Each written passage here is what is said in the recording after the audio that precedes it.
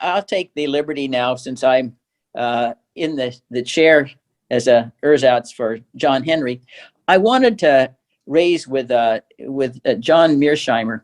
You made some comparisons to Russia's reaction to Ukraine and the U.S. and Cuba, Fidel Castro, and how we viewed Cuba and Castro as a threat to our security interest, an existential threat. And the response, we had the Bay of Pigs, the attempted assassinations of Castro that have out Operation Mongoose. We even had plans after the failed Bay of Pigs to invade.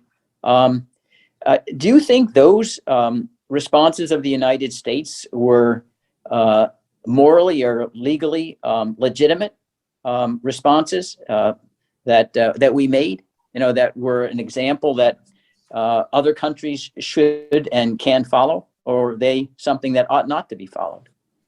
Great question. And of course, it follows on one of your three initial points, as well as Adam Dixon's comments, which have to do with the subject of rights and what's morally or legally permissible in the international system.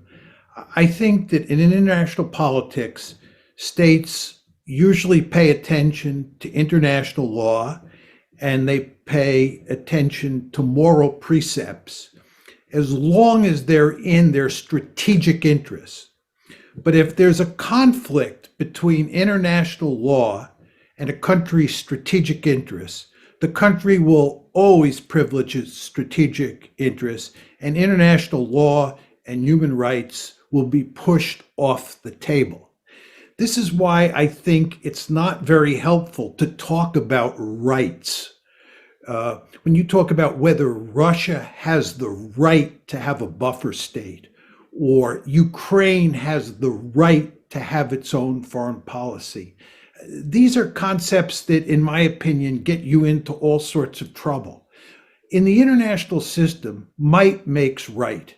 And the United States would never tolerate a situation where Canada or Mexico invited, in a legal way, China to bring military forces into Toronto or Mexico City. We have a Monroe Doctrine, which is in our strategic interest. And our Monroe Doctrine says no distant great power is allowed to put military forces in the Western Hemisphere, period. End of story. What the Russians are doing here is they're basically articulating their own version of the Monroe Doctrine. They're saying you cannot turn Ukraine into a Western bastion on our border. It has nothing to do with rights, right? It doesn't matter whether Ukraine has the right to do this or that. We're saying they can't do it.